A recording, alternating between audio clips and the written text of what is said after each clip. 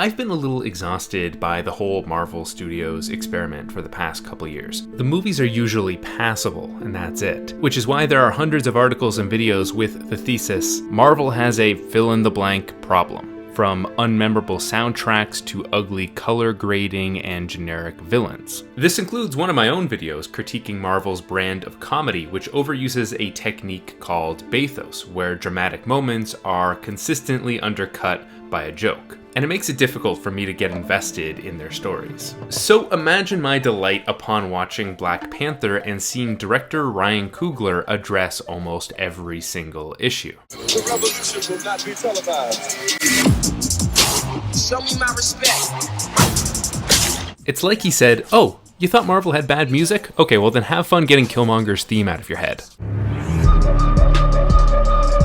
Oh, and speaking of Killmonger, I'm gonna make a villain who is, actually interesting and intimidating and multidimensional. We're not gonna waste a millisecond setting up other movies, and we're gonna have female characters that rock. I heard you guys were tired of heroes fighting generic gray armies of henchmen at the end? Well, then I'll make sure to clearly establish every faction involved in the final fight and make them all colorful and easily recognizable so that you never get lost in the action. Do you find Stan Lee cameos distracting? Well, actually, we're still gonna do that. We can't change everything after all, but Bathos, gone. Now stop complaining. Now, there's maybe one or two moments in this movie that would qualify as Bathos, but for me it's not a binary thing where the movie is bad if it uses this technique and good if it doesn't. It's about the frequency of use and the timing. I mean, in that new Thor movie, they do it multiple times in practically every scene. It's a movie where Thor loses his father, his three best friends, his home, hundreds of his fellow Asgardians, and I never really feel sad because Thor only occasionally does. The rest of the time he seems to be having fun. And Black Panther is strangely almost the same story as Thor Ragnarok. And I'm gonna go into spoiler territory from here on out, so if you haven't seen this movie, go and do that. I mean, think about it. Both stories are my father, the king, is dead, and now a family member I didn't know I had has shown up to usurp the throne, so I must atone for the sins of my father, unite my friends and former enemies, and restore order to my homeland. The difference is entirely about execution. Ryan Coogler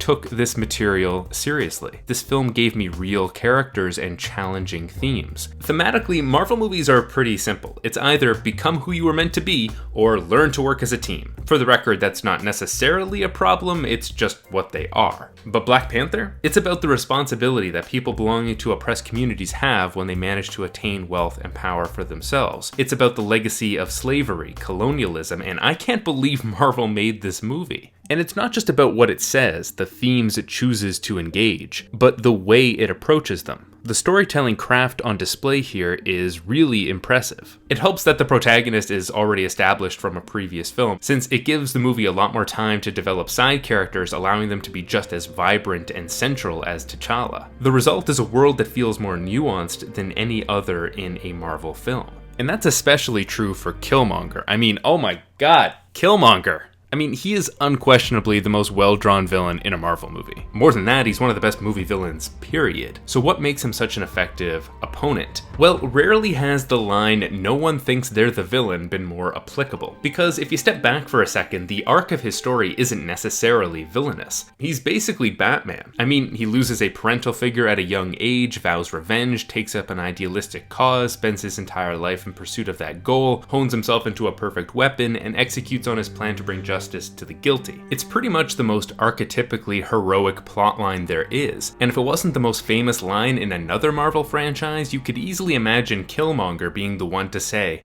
"With great power comes great responsibility."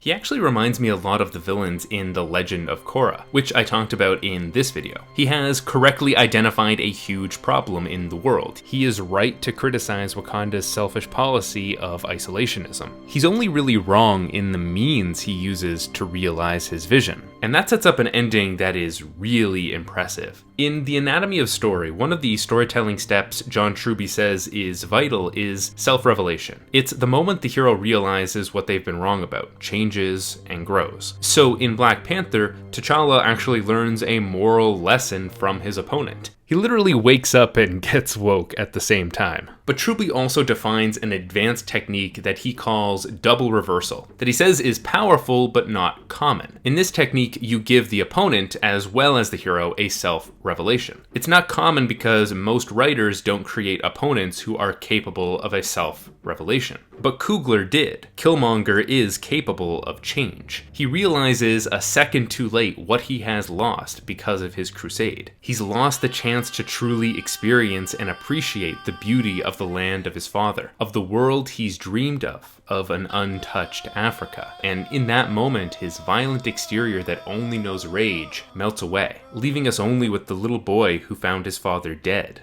weeping. It's a beautiful moment of contradictory and complicated emotions that are at once deeply personal and globally significant. It's a real testament to the creative team that they were able to find this crucial and defining moment of empathy. There's been a lot of hype surrounding the release of this film, primarily because of what it means to Black audiences to finally have a movie that not only features a Black superhero, that's been done, but one that also features a predominantly Black cast, has a Black writer-director, and a story that promised to celebrate African culture. So, now that it's been released, it's satisfying to say that it also happens to be moving, meaningful, and masterfully told.